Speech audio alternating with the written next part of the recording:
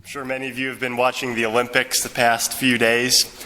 It's pretty dramatic to see the young athletes compete and hear the stories behind them. And the victors take the podium and they're honored as heroes. And you see nations themselves competing for status, seeing how many medals that they can get. But when we look at these athletes, they make incredible sacrifices day in and day out in order to excel at their different sports. They push their bodies to the limits, physically, the limits of training, the limits of endurance in order to attain victory. But when we look at human beings, we're comprised of two elements, body and soul. And Olympic athletes excel at training their bodies. Whatever sport it's for, whether it's swimming or track or gymnastics or whatever sport they're involved in, they excel at training their bodies to push their bodies to the limit. But as Christians, what we're called to excel at, first and foremost, is the training of our souls. To push our souls to the state in which our Lord created us to be, a state of holiness. Ultimately, the state of our soul is far more important than the state of our body. And so when we look at these these athletes in the Olympics and how they push their bodies and how they train, as Christians, we should be doing the same thing on a spiritual level. We should be training our souls. Sometimes people think that the Christian life is easy, or they think it's boring. And I think a lot of times they do that because they set the bar really, really low. They'll say things like, well, as long as I don't kill anyone or commit any big sins, then I think I'm okay. It's like, as long as I don't perpetrate genocide, then I think I'm okay. It's like, well, that's setting the bar pretty low in terms of what's required of us as Christians. But where does Christ set the bar? One quote from Christ, he said, unless your righteousness exceeds that of the scribes and the Pharisees. They were the elite in the Jewish religion. They were the ones doing incredible penance. They were the leaders of the Jewish people. And Christ says, unless your righteousness exceeds that of the scribes and the Pharisees, you will not enter the kingdom of heaven. So Christ sets the bar pretty high. So I think it's important for us as Christians to not set the bar real low and be settled for this low bar, but to realize what Christ is calling us to. The Christian life is not easy. What we're called to as Christians, what we strive for ultimately, is complete and total self-mastery. That we are in complete control of every desire within us, overcoming every element of self-will. Complete detachment from worldly things, so that at every moment we can conform our will to the will of God. That's not easy. That is what's required for sainthood, though. We're called to be elite athletes on a spiritual level.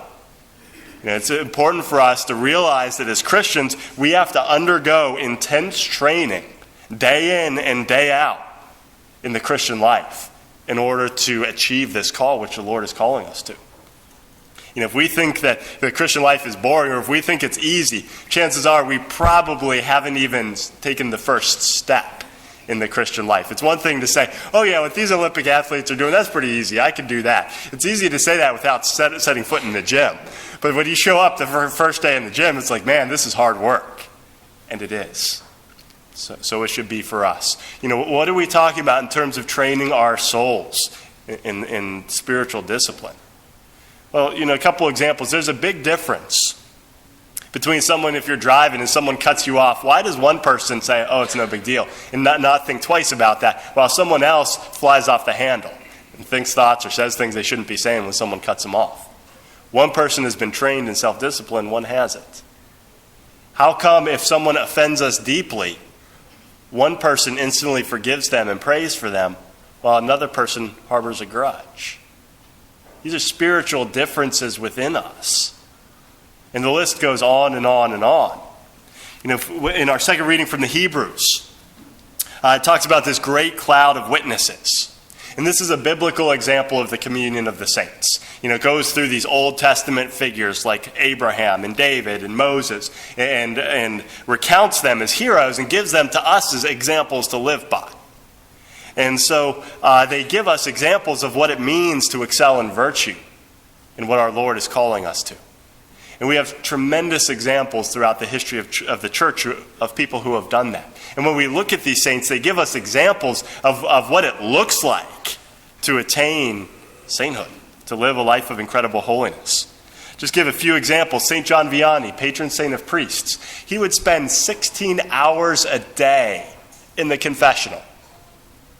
If I have to hear confessions for 2 or 3 hours, I'm pretty drained after that. I can't imagine 16 hours a day, 7 days a week, week in and week out. And he would do incredible penance for the salvation of souls and for the conversion of the people who came to him for confession.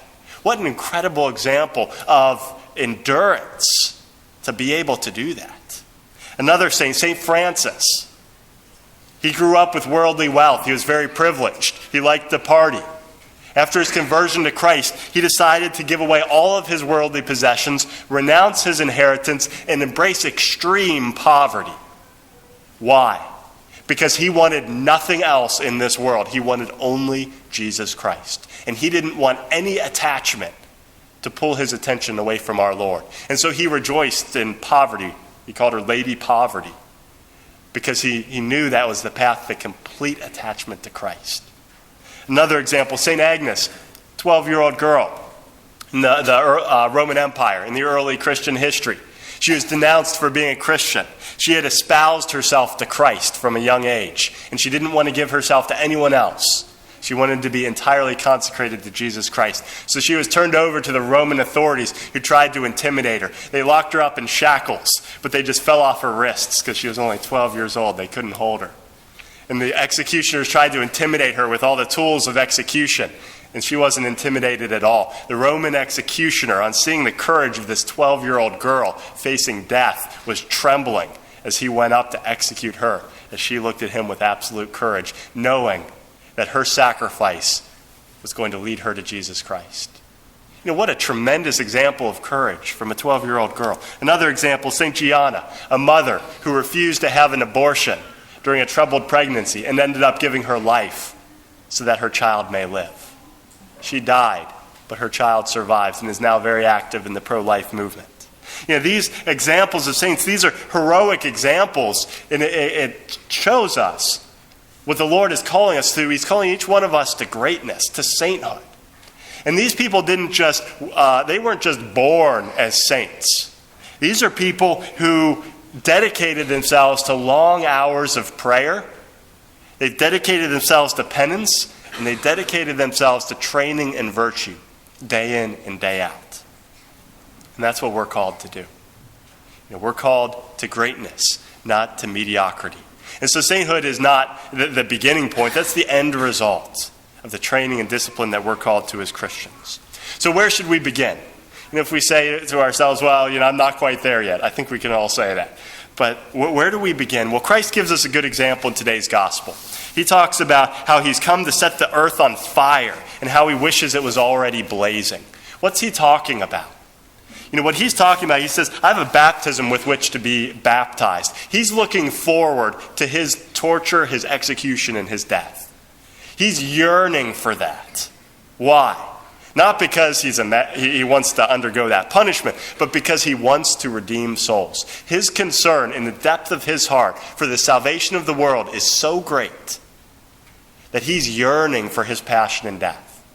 There is a zeal in his heart for the salvation of the souls of each one of us. So where to begin? Well, I think the starting point is for each one of us to develop within ourselves a zeal for the salvation of souls. A good meditation. Perhaps something you can meditate about today. Every day, millions of people pass from this life into the next. Millions of people will die today.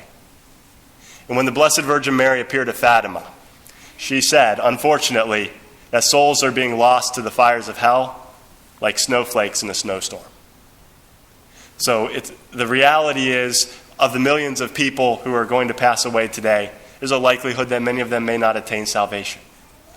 Take that into meditation and think about that. We can do something to help. Our prayers, our work of penance, our dedication can actually win over souls.